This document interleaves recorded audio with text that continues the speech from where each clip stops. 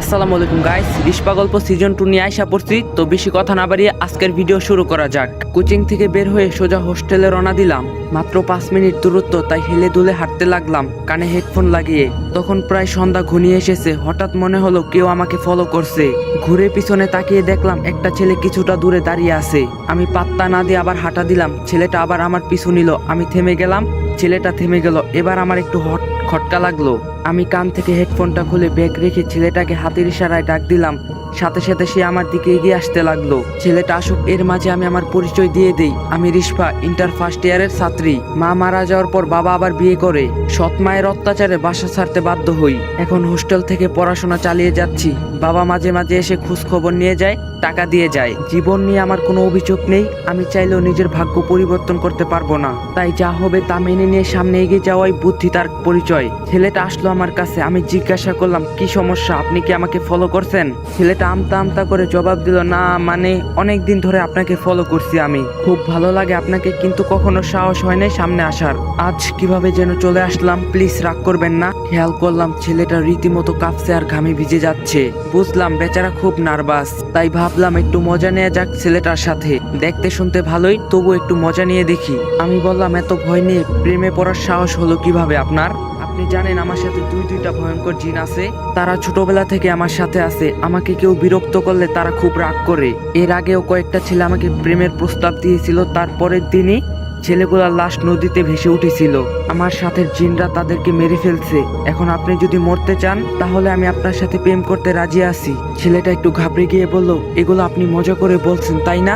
আমি যেন আপনাকে আর ফলো না করি সেই জন্য আমাকে ভয় দেখাচ্ছেন? আমি একটু রাগারাগি ভঙ্গিত বললাম, ওই মেয়ে, আপনি কি আমার বিয়ে লাগেন? মজা করব কেন? বললাম যে আমার সাথে প্রেম করলে মরতে হবে। এই মুহূর্তে আমি দেখতে পাচ্ছি জিন দুইজন আপনার পিছনে ঘোরাফেরা করছে। আমি ইশারা দেওয়ার সাথে সাথে আপনার ঘাড় মটকে ফেলবে। ইশারা দিব নাকি বলেন? দিলাম। কিন্তু ছেলেটা কোনো মতো স্যান্ডেল হাতে নিয়ে উদম দৌড়। আফা মাফ কইরা দেন বলে পিছনে ফিরে তাকানোর সময় পাইনি। আমি হাসতে হাসতে গড়াগড়ি খাওয়ার অবস্থা। হঠাৎ একটা ঠান্ডা বাতাস এসে আমার পুরো শরীরটা শীতল করে দিল। মনে হলো আমার শরীরে কেউ বরফ ঢেলে দিয়েছে। এরপর যখন আমি সামনে যেতে চাইলাম, ঠিক তখনই একটা কালো বিড়াল আমার সামনে দিয়ে খুব দ্রুত রাস্তার এই পাশ থেকে ও পাশে চলে গেল। আমি একটু ভয় পেলাম। বিড়ালটা রাস্তার পাশে একটা ঝোপের ভিতর গিয়ে এমন এক অদ্ভুত আওয়াজ করে ডাকতে লাগলো, মনে হচ্ছে যেন কোনো ছোট বাচ্চা কান্না করছে। আমি যখন থেকে বুঝতে শিখেছি তখন থেকে সৎ মায়ের অত্যাচার সহ্য করতে করতে একরকম পাথরের মতো হয়ে গিয়েছি। সে সব সময় আমার মৃত্যুর কামনা করত। আমি মরলেই নাকি তার সংসারে সুখ শান্তি ফিরে আসবে। এসব শুনতে শুনতে আমার মনে ভয় ডর কিছুই লাগে না। ভূত প্রেত এসব বলতে কিছু নেই। এগুলো মানুষের মনে কল্পনা করা অন্য একটা জগৎ। বাস্তবে এই জগতে কোনো অস্তিত্বই নেই। তারপর হোস্টেলে ফিরে আসলাম। আমরা এক রুমে 4 জন থাকি, বাকি 3 জন আমার থেকে সিনিয়র, তাই তাদের সাথে তেমন মিশি না। আমার মতো আমি থাকি। আর একাকিত্ব আমার খুব পছন্দ। একাকিত্ব যে আপন করে নিতে পেরেছে তার চেয়ে বড় সুখী মানুষ এই পৃথিবীতে আর কেউ নেই। রাতে খাওয়া দাওয়া করে বই নিয়ে বসলাম, কিন্তু আজকে যেন ঘুম আমার উপর ক্রাশ খেয়েছে। বসে থাকতে পারছি না। কখন যে বইয়ের উপর মাথা রেখে ঘুমিয়ে পড়ছি বলতেই পারবো না। আমি একটা ফাঁকা মাঠে দাঁড়িয়ে আছি। দূর দূরান্ত পর্যন্ত একটা গাছপালাও নেই। আমি ক্লান্ত চোখে চারপাশে তাকাচ্ছি। হঠাৎ আমার চোখ গেল পিছনের দিকে। সাদা পোশাক পরা 2 জন লোক একটা মেয়েকে কবরের মতো একটা গর্তে নামাচ্ছে। মেয়েটা চিৎকার করে আমাকে বলছে, রিশপা আমাকে সাহায্য করো, ওরা আমাকে মেরে ফেলছে, আমাকে বাঁচাও। একটা বিকট শব্দে আমার ঘুম ভেঙে গেল। তার মানে এটা স্বপ্ন ছিল। খেয়াল করলাম যে শব্দে আমার ঘুম ভেঙে গেছে সেটা অ্যাম্বুলেন্সের সাইলেন। তখন প্রায় ভোর হয়ে গেছে। তার মানে টেবিলের উপর মাথা রেখেই সারা রাত ঘুমিয়েছিলাম। অ্যাম্বুলেন্সের শব্দ যেনই থামছেই না। এত বিরক্ত হলাম যে বলে বোঝাতেই পারবো না। শব্দটা যেন আমাদের বিল্ডিং এর নিচে থেকে আসছে। আশ্চর্য ব্যাপার হলো, আমার রুমের আপুরা দিব্যি নাক ডেকে ঘুমাচ্ছে। আমি সেই দিকে খেয়াল না করে ভাবতে লাগলাম, এত সকালে অ্যাম্বুলেন্স কেন আমাদের বিল্ডিং এর নিচে? কেউ কি মরলো নাকি? বিরক্ত নিয়ে ব্যালকনিতে যাওয়ার জন্য হাঁটা দিলাম। দেখি সকাল সকাল অ্যাম্বুলেন্স কেন আসলো। ব্যালকনিতে গিয়ে দেখলাম একটা অ্যাম্বুলেন্স দাঁড়িয়ে আছে নিচে, কিন্তু সেখানে কোনো মানুষ নেই। অ্যাম্বুলেন্সের সাইলেন্ট বেজেই চলছে। কিছুক্ষণ পর অ্যাম্বুলেন্স থেকে 2 জন সাদা পোশাক পরা মানুষ নামলো। আর এমন 2 জন লোককে কোথায় যেন দেখছিলাম মনে হয়। একটু মাথা খাটাতেই মনে পড়লো কিছুক্ষণ আগে এমন 2 জন লোককে স্বপ্নে দেখেই তো ঘুম ভাঙলো। এখানে কি হচ্ছে আসলে? আমি এক নজর তাকিয়ে আছি সেদিকে। তারা 2 জন গিয়ে গাড়ির পিছনে পাট খুলে খুব যত্ন করে একটা লাশ নামালো। সাদা চাদর দিয়ে ঢাকা। আমি এখনো বুঝতে পারছি না আসলে লাশটা কার। সেখানে অন্য কোনো মানুষ ছিল না। তারা লাশটা নামিয়ে দুইজন লাশের দুই পাশে দাঁড়ালো, মানে একজন পায়ের কাছে আরেকজন মাথার কাছে। হঠাৎ একটা দমকা হাওয়ায় লাশের মুখের উপর থেকে চাদরটা সরে গেল। আমি চোখ বড় করে তাকিয়ে আছি। এটা আমি কি দেখছি? আমার কলিজা শুকিয়ে গেল। এই লাশ আর কারো না, বরং আমার লাশ। এটা কি করে সম্ভব? আমি তো এখানে দাঁড়িয়ে আছি, তাহলে আমার মতো দেখতে ওই লাশটা কার? আমি এখান থেকে দৌড়ে রুমে যাব, সেই শক্তিটা আমার নেই। হঠাৎ খেয়াল করলাম লাশটা ধীরে ধীরে উঠে বসলো এবং আমার দিকে তাকালো। কি ভয়ঙ্কর চাহনি সেটা তার। চোখে কোনো মনি ছিল না। সাদা দবদবে চোখে আমার দিকে তাকিয়ে একটা ভয়ঙ্কর হাসি দিল। আমার মতো দেখতে মেয়েটা যখন উঠে বসে আমার দিকে তাকিয়ে ভয়ঙ্কর একটা হাসি দিল, তখন আমার কলিজায় পানি নেই। আমি চিৎকার দিয়ে এক দৌড়ে রুমে চলে আসলাম। আমার চিৎকারে বড় আপুরা ঘুম থেকে উঠে গেল। তারা হতন হয়ে আসলো আমার কাছে। কি হয়েছে জিজ্ঞাসা করছে, কিন্তু আমি কোনো জবাব দিতে পারলাম না। কি বলবো আমি তাদের? আমি তো নিজেই জানি না কি হয়ে গেল। আমি শুধু হাতের ইশারায় কাঁপতে কাঁপতে ব্যালকনির দিকে দেখালাম তাদেরকে। তারা তিনজনই ব্যালকনিতে গিয়ে দেখলো, বলল এখানে তো কিছু নেই। আমি দৌড়ে গিয়ে দেখলাম সত্যি সেখানে কিছু নেই।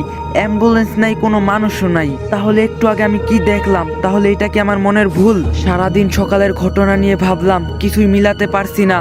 ভয়ের চেয়ে বেশি অবাক হয়েছি। এমনটাও হতে পারে নাকি? সেই দিন আর কোচিং এ গেলাম না। বিকালবেলা ছাদে গিয়ে অনমনে বসে আছি। হঠাৎ কোথা থেকে যেন একটা নীল রঙের প্রজাপতি উড়ে এসে আমার হাতে বসলো। আমি হাত নড়ালাম না। প্রজাপতি আমার ভালো লাগে খুব, আর এটা অন্যরকম একটা প্রজাপতি, দেখতে খুব অদ্ভুত। কিন্তু হাতে কেমন জানি ব্যথা অনুভব করলাম। আস্তে আস্তে ব্যথাটা বাড়তে লাগলো। আমি আঙ্গুল দিয়ে স্পর্শ করতেই ফুরুত করে উড়ে গেল।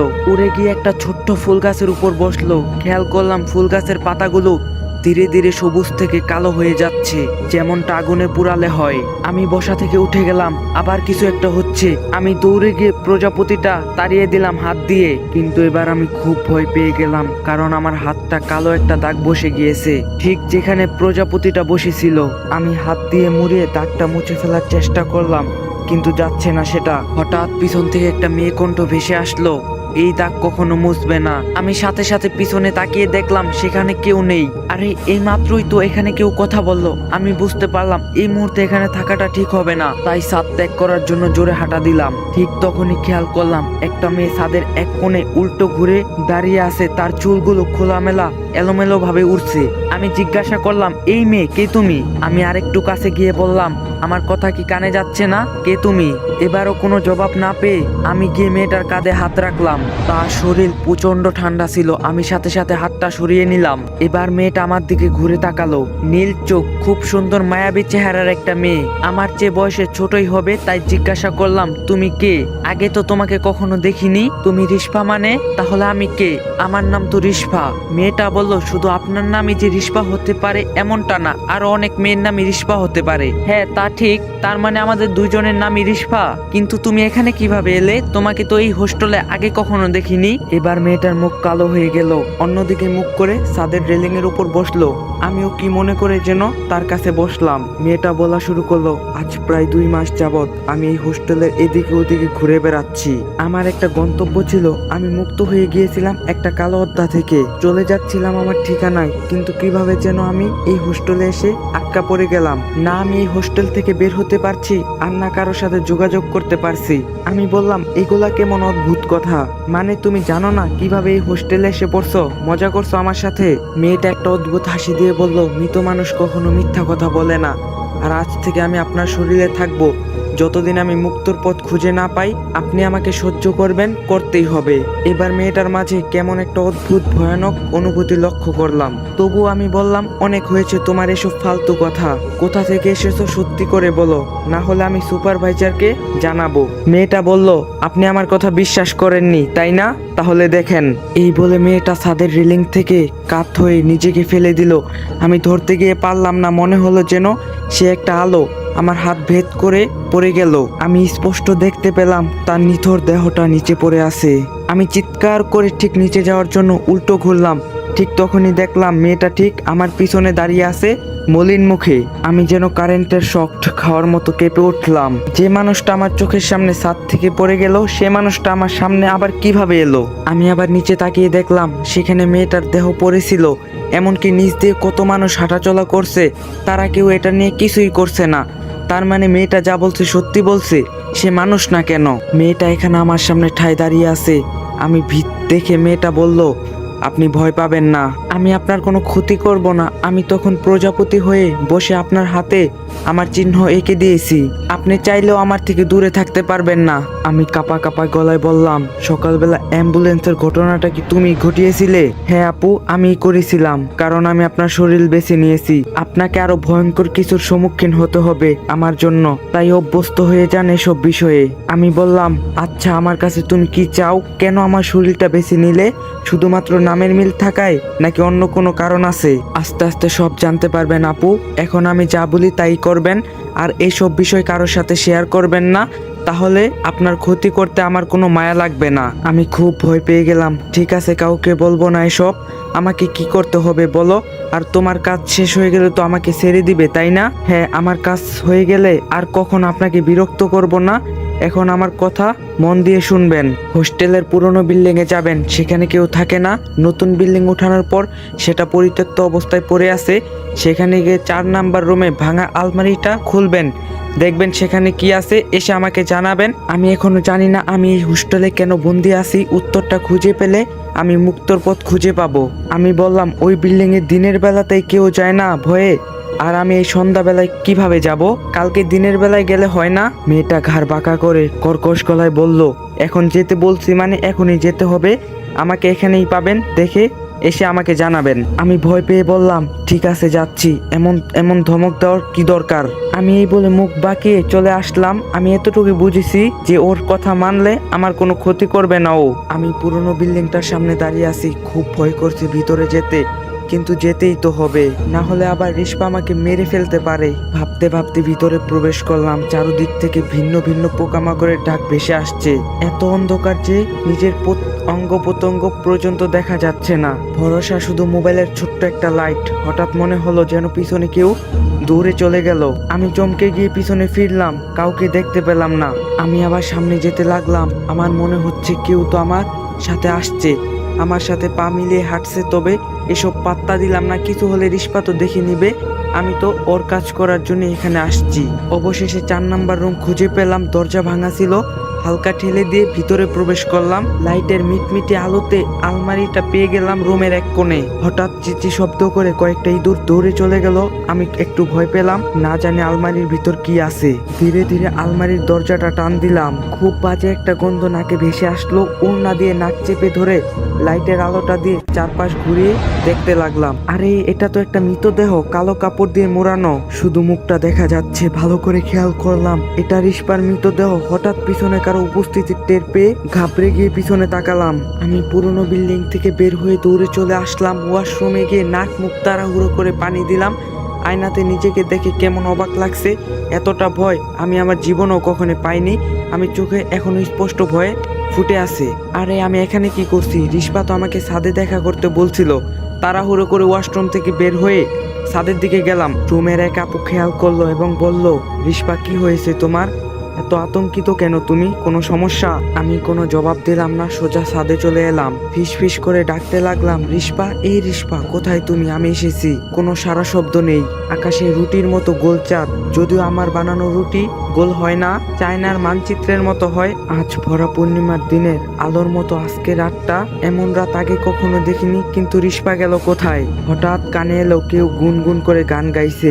এটা একটা পুরুষ কণ্ঠ। মহিলা হোস্টেলে পুরুষ মানুষ আসবে কিভাবে? আমি তার কণ্ঠের সুর খুঁজতে লাগলাম। শব্দটা পানির ট্যাঙ্কের পিছন থেকে আসছে। আমি ধীর পায়ে সেদিকে গেলাম। রিস্পা আমাকে আবার ভয় দেখানোর জন্য এটা করছে না তো? কিন্তু ও আমাকে ভয় কেন দেখাবে? পানির ট্যাঙ্কের কাছে যাওয়ার সাথে সাথে গান থেমে গেল। আমি তাড়াতাড়ি সেখানে গিয়ে দেখলাম কেউ নেই। আবার পিছনে একটা শব্দ হলো। আমি ঘুরে তাকাতেই দেখলাম একটা ফুলের টপ ঠিক আমার বরাবর উড়ে আসছে। আমি তাড়াতাড়ি সরে গেলাম অন্যদিকে। বুঝতে পারলাম এটা রিস্পা না। আমাকে তাড়াতাড়ি চলে যেতে হবে এখান থেকে। আমি এক দৌড় দিলাম। ঠিক তখনই একটা কালো বিড়াল আমার সামনে লাফ দিয়ে পড়লো কোথা থেকে যেন। আমি থমকে দাঁড়াতে গিয়ে পা পিছলে পড়ে গেলাম। বিড়ালের চোখ দুটো ঝলমল করে জ্বলছিল। হঠাৎ বিড়ালটা রাগান্বিত ভঙ্গিতে আমার দিকে এগিয়ে আসতে আসতে লাগলো। আমি উঠতে পারছিলাম না, হয়তো পা মচকে গিয়েছে। আমি কুকড়ে কুকড়ে উঠার চেষ্টা করলাম কিন্তু পারলাম না। হঠাৎ বিড়ালটা থেমে গেল, আমার পিছনের দিকে তাকিয়ে কয়েকবার অদ্ভুত ডাক দিয়ে দৌড়ে চলে গেল।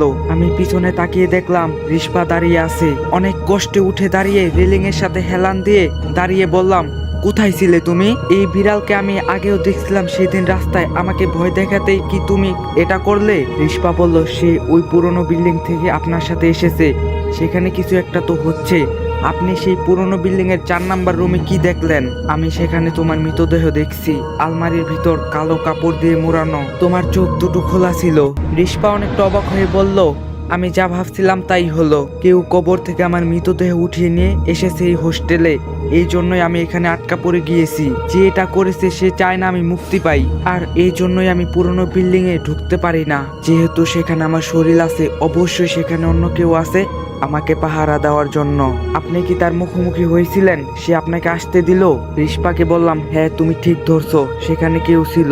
আমি যখন তোমার মৃতদেহ আবিষ্কার করলাম আলমারিতে, তখন পিছনে কারো উপস্থিতি টের পেলাম। আমি সাথে সাথে পিছনে ফিরলাম এবং দেখলাম একটা ছেলে লাল চক্ষু নিয়ে আমার দিকে তাকিয়ে আছে। অন্ধকারেও তার চোখগুলো আগুনের মতো জ্বলছিল। আমি অনেকটা ভয় পেয়ে মূর্তির মতো দাঁড়িয়েছিলাম। আমি তাকে কিছু বলবো সেটারও শক্তি ছিল না। ছেলেটা কর্কশ কণ্ঠে বলল, এখানে কেন এসেছিস? মরতে চাস তুই? আমি কাঁপা কাঁপায় গলায় বললাম, এখানে ঘুরতে ঘুরতে এই রুমে ঢুকে গিয়েছি, আমাকে ক্ষমা করে দিন, আমি চলে যাচ্ছি এখনই, আর কোনোদিন এখানে আসবো না, আর এখানে যা দেখছি তা কাউকে বলবো না। তারপর ছেলেটা বলল, চলে যা এখান থেকে, পিছনে ফিরে তাকাবি না, আর কেউ যদি এই বিষয়ে জানে তাহলে তোকে মেরে ফেলবো আমি। তারপর আমি তাকে পাশ কাটিয়ে উল্টে পল্টে দৌড়ে চলে আসছি। সে চাইলে তো আমাকে মেরে ফেলতে পারতো, কিন্তু মারেনি। রিস্পা সব শুনে বলল, ছেলেটা দেখতে কেমন ছিল তার একটু বর্ণনা দেন আমাকে। অন্ধকারে তেমন কিছু দেখতে পাইনি, তবে মোবাইলের লাইটে যা দেখেছি তা হলো ছেলেটার চুল বড় ছিল, গলায় একটা কাটা দাগ ছিল, মনে হচ্ছিল যেন কেউ ওর গলা কেটে ফেলছে। রিস্পা একটু চিন্তিত হয়ে হাঁটতে হাঁটতে একটা ফুলে হাত বুলাতে বুলাতে বলল, এটা আবির ছিল, গালিব স্যারের বন্ধু। তার মানে কি আবির এসব কিছুর পিছনে? আবির কেন এমনটা করতে যাবে? সেও তো আমার সাথে মুক্ত হতে চেয়েছিল। রিস্পা এক ঝটকায় আমার সামনে এসে বলল, আপনি আগামীকাল আবার ওই বিল্ডিং এ যাবেন। যেহেতু আপনাকে মারেনি, তার মানে আপনাকে মারবে না, ভয় দেখাবে। কি বলছে এসব? কোন রকম জান নিয়ে দৌড়ে পালিয়ে আসছি, আবার গেলে সে আমাকে ছাড়বে না। আর কে এই আবির? সে তোমার মৃতদেহ পাহারা দিচ্ছে কেন? রিস্পা বলল, আপনাকে আবার যেতেই হবে, বলছি যেতেই হবে। আবিরকে আমি মেরেছিলাম, আর সে এখানে কি করছে? আমার মৃতদেহ এখানে কেন? সেই উত্তর খুঁজতেই আপনাকে আবার যেতে হবে। আগামীকাল ভোর কেউ ঘুম থেকে ওঠার আগেই যাবেন সেখানে। ঠিক আছে বলে মুখ বাঁকিয়ে চলে আসতে লাগলাম। তখনই মনে পড়লো আমার তো পা মচকে গিয়েছে, তাই ব্যথার চেয়ে একটু বেশি অভিনয় করে আবার পড়ে গেলাম ঠাস করে। রিস্পাকে বললাম, আমার তো পায়ে ব্যথা, একদম হাঁটতে পারছি না, কালকে মনে হয় যেতে পারবো না। রিস্পা আমার কাছে এসে পা ধরে ঝটকা টান মারলো। আমার মনে হলো যেন পা ছিঁড়ে গিয়েছে। আমি মুখ চেপে ধরে কান্না করতে লাগলাম। রিস্পা বলল, এত অভিনয় করার দরকার নেই, পা ঠিক হয়ে গেছে। আমি পা নাড়িয়ে চাড়িয়ে দেখলাম কোনো ব্যথা নেই। ঠাস করে দাঁড়িয়ে বললাম, ঠিক আছে তাহলে কাল সকালে যাচ্ছি, আমাকে সে মেরে ফেললে তোমার খবর আছে। এই বলে চলে আসলাম রুমে। রাত প্রায় 12টা। তখন রুমে সবাই ঘুমিয়ে আছে। আমি যখন ঘুমাতে যাব তখন দেখলাম সেই আপুটা তার বেড থেকে আমার দিকে তাকিয়ে আছে, যে আমাকে জিজ্ঞাসা করছিল কোনো সমস্যা কিনা। আপুর নাম ছিল আলিশা। আমি বললাম, আলিশা আপু এখনো ঘুমাননি? সবাই তো ঘুমিয়ে পড়েছে। আলিশা আপু কেমন একটা অদ্ভুত চাহনি দিয়ে অন্যদিকে ফিরে ঘুমিয়ে গেল। আমি তেমন পাত্তা না দিয়ে ঘুমিয়ে পড়লাম। খুব ভোর ঘুম থেকে উঠে চলে গেলাম সেই পুরনো বিল্ডিং এ। আমি জানি না এমন সাহসী কিভাবে হয়ে গেলাম। আগে তো রাতে ওয়াশরুমে যেতেও ভয় লাগতো।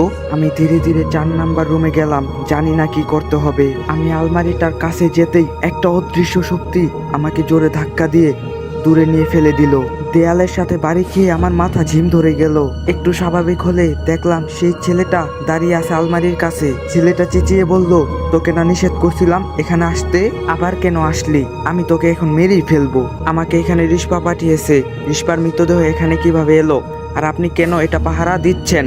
এর প্রশ্নের উত্তর জানতে চাই রিস্পা। এবার ছেলেটা রহস্যময় একটা হাসি দিয়ে বলল, ও এই ব্যাপার, তাহলে যা, তোকে আজ মারবো না। রিস্পাকে গিয়ে বল, চাইলেও সে আর কখনো মুক্ত হতে পারবে না। ও কি ভেবেছিল ডোরিয়া ওকে এমনি এমনি ছেড়ে দিবে? সামনে আরো ভয়ঙ্কর কিছু অপেক্ষা করছে ওর জন্য, প্রস্তুত থাকতে বল। আমি উঠে যেতে যেতে বললাম, রিস্পা সবকিছুর জন্য প্রস্তুত আছে, আমি আবার আসবো। তখনও কেউ ঘুম থেকে উঠিনি। আমি ছাদে গিয়ে রিস্পাকে ডাক দিলাম। রিস্পা ঠিক পিছন থেকে সাড়া দিল। আমি রিস্পাকে সব খুলে বললাম আবির আসলে কি করতে চায় এখনো জানি না, আর সে ডুরিয়া নামের একজনের কথা বলছে। রিস্পা বলল যা ভেবেছিলাম তার চেয়ে বড় রহস্য এটা। আমাদের একজনকেই দরকার হবে, গালিব স্যার। সে ছাড়া ডুরিয়ার মুখোমুখি হওয়ার সাহস কারো নেই। সে কোথায় থাকে আমি গিয়ে তাকে নিয়ে আসবো। রিস্পা বলল তাকে আনতে যাওয়া লাগবে না, সে নিজেই আসবে। আপনি কল করে তাকে আসতে বলবেন, আমার সাহায্য চাই। আর আপনিও তাকে স্যার বলে সম্বোধন করবেন, সে আপনার সিনিয়র। তারপর রিস্পা একটা ফোন নাম্বার বলল। আমি ফোন দিলাম কিন্তু সে কেটে দিল। আবার কল দিলে সে রিসিভ করে বলল কে? স্যার আমি রিস্পা, আমাকে সাহায্য করেন প্লিজ। রিস্পা তুমি কিভাবে আমাকে কল করলে? তুমি তো চলে গিয়েছিলে সব সময়ের জন্য, কি হয়েছে আবার? গালিব স্যার অবাক হয়ে কথাগুলো বলল। আমি বললাম স্যার আপনি যে রিস্পা ভাবছেন আমি সে না, তবে সে আমার সামনে আছে। এই মুহূর্তে আপনাকে খুব দরকার। রিস্পা বিপদে পড়েছে। হোস্টেলের ঠিকানা দিয়ে বললাম এখানে চলে আসেন যত তাড়াতাড়ি পারেন। গালিব স্যার বলল ঠিক আছে আসছি, এখনই আসছি। হোস্টেলের সামনে এসে কল দিচ্ছে। আমি ফোন রেখে ফাজলামো করে রিস্পাকে বললাম বাহ, এমন স্যার কয়জনের কপালে জুটে। আমার মনে হয় তুমি বেঁচে থাকলে সে তোমাকে কখনো হারাতে দিত না, সে তোমাকে হয়তো ভালোবাসে। রিস্পা বলে কি যে বলেন আপু, তবে ওনাকে আমার ভালো লাগে খুব। বিশেষ করে ওনার একটা থিওরি আছে, কাউকে তোমার কষ্ট বুঝতে দিও না, হেসে উড়িয়ে দাও যদি ভালো থাকতে চাও। ও আচ্ছা, তাহলে মানুষটা খুব ইন্টারেস্টিং। আচ্ছা সে না আসা পর্যন্ত আমরা কি করব এখন? এখানেই দাঁড়িয়ে থাকবো নাকি আমার জন্য অন্য কোনো দায়িত্ব আছে? রিস্পা কিছু বলতে যাবে এমন সময় বিকট একটা শব্দ হলো। শব্দটা কোন দিক থেকে এলো বুঝতে পারছি না। হঠাৎ রিস্পা বলল আপু আমার জানি কেমন জানি লাগছে। তাকিয়ে দেখলাম রিস্পা ধীরে ধীরে অদৃশ্য হয়ে যাচ্ছে। আমি গিয়ে রিস্পাকে ধরার চেষ্টা করলাম কিন্তু সে অস্পনীয় আলোর মতো। আমি বললাম রিস্পা কি হচ্ছে এটা? তুমি অদৃশ্য হয়ে যাচ্ছ কেন? কোথায় যাচ্ছ তুমি? আসসালামু আলাইকুম গাইস, যদি নেক্সট পার্ট লাগে অবশ্যই কমেন্টে বলবেন। আর যদি ভিডিওটা ভালো লাগে বেশি বেশি করে শেয়ার করে দিবেন আর একটা লাইক দিয়ে যাবেন। আর চ্যানেলে নতুন হয়ে থাকলে চ্যানেলটা সাবস্ক্রাইব করে দিবেন। তো দেখা হবে নেক্সট পার্টে। সবাই ভালো থাকবেন, সুস্থ থাকবেন, আল্লাহ হাফেজ।